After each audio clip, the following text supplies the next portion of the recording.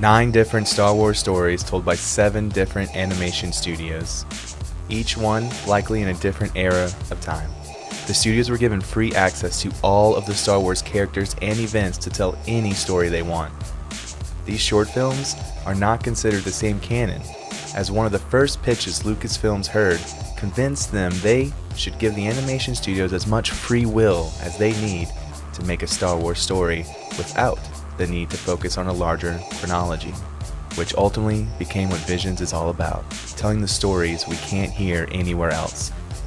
Visions premieres on Disney Plus next week, September 22nd, so let's take a look at the trailers, articles, interviews, panels to see what each episode may have in store for us.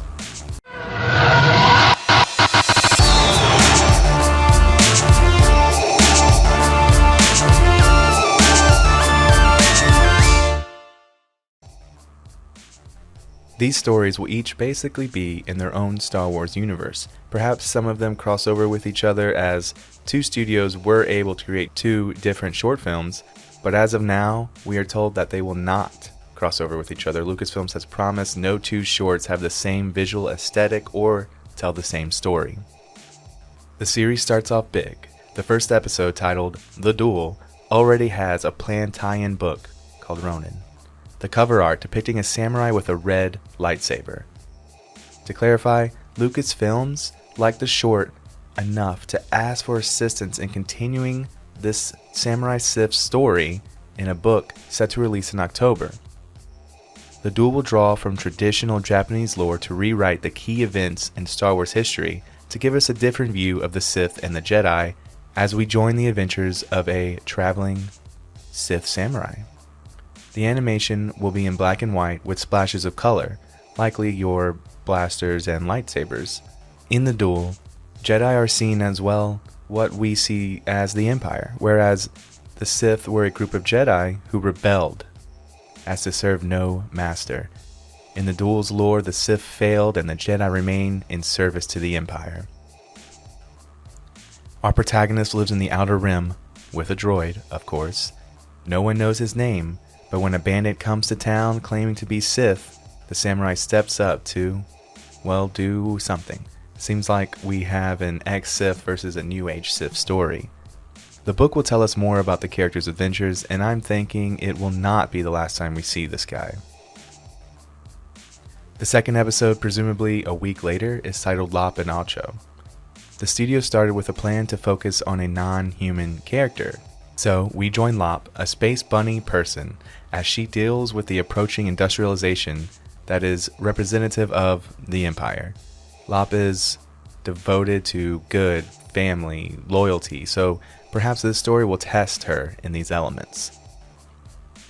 Our third episode, called appropriately Tatooine Rhapsody. This is an episode I mentioned earlier that was one of the first Lucasfilms heard about, and decided to give the studio creative control of the universe. So, it must have been good enough to make Lucasfilm think canon shouldn't matter. It features a chibi art style. This film is said to be a rock opera about a band on Tatooine, a Star Wars story about found family and the dream. It will also incorporate, of course, Jabba the Hutt and Boba Fett, so I'm thinking someone in this band owes money to a Hutt. Now, this short film is the only one to feature characters that we know, or at least that's what Lucasfilms has told us so far. Our 4th and 5th episode are from the same studio, one titled The Twins and the other The Elder. Originally, I assumed this story would involve a set of twins that are a dyad in the Force. Then, with the addition of the title for the second feature from the studio being The Elder, I'm still thinking these may be connected and even feature the world between worlds in them, where we saw the brother, sister, and father. However, the description for each and even the art style are much different. The only evidence I have that these may be connected is that the most recent trailer for Visions mentioned only 7 stories being told, but all the official sources still say 9 stories from 7 different studios. The twins were featured heavily in the most recent trailer. It takes the idea of Luke and Leia, but instead of being born on the side of the Jedi and good, what if this set of twins was born into the dark side? We see the twins fighting in the trailers and artwork. It seems we have a story of a brother trying to save his sister. The Elder was described as a period drama with a taste of Star Wars, featuring a master and their Padawan meeting an unknown enemy. It seems they want us to think the Elder is referencing the unknown enemy here, but the studio promised the title will make sense once we watch the short film. Perhaps though the Elder will still be related to the twins seen in the previous episode. We'll have to find out. Both seem to have the classic elements of Star Wars, with the twins focusing on siblings and the Elder focusing on a master and his Padawan. The sixth Vision story is named The Village Bride. Judging from the concept art, the story seems to be the most creative in terms of art style. We follow a bride during her wedding and a fallen Jedi. The day before her wedding is when these events seem to take place. It seems the Force will work uniquely here, with the Force allowing the fallen Jedi to see through the bride's perspective as she tries to save her people and make difficult decisions. Inspired by a culture of mountains, this promises to be a romantically bittersweet story. Our 7th and 8th short film are from the same studio as well, Acry and T0B1. I'm likely pronouncing that first one horribly wrong. These two stories were featured the least in the trailers as far as I could tell. They do share a similar cartoon style but differ in tone.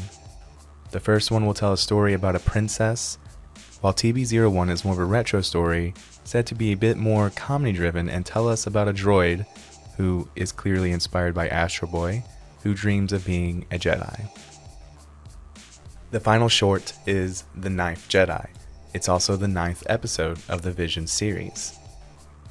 Lucasfilms saved this one for last as they have high hopes for it. This animation is from the Japanese studio production IG. This studio is responsible for similar action-related anime like Ghost in the Shell and even the anime portion of Kill Bill. Originally, the studio was going to make 2 short films but decided to combine them for one epic Star Wars story.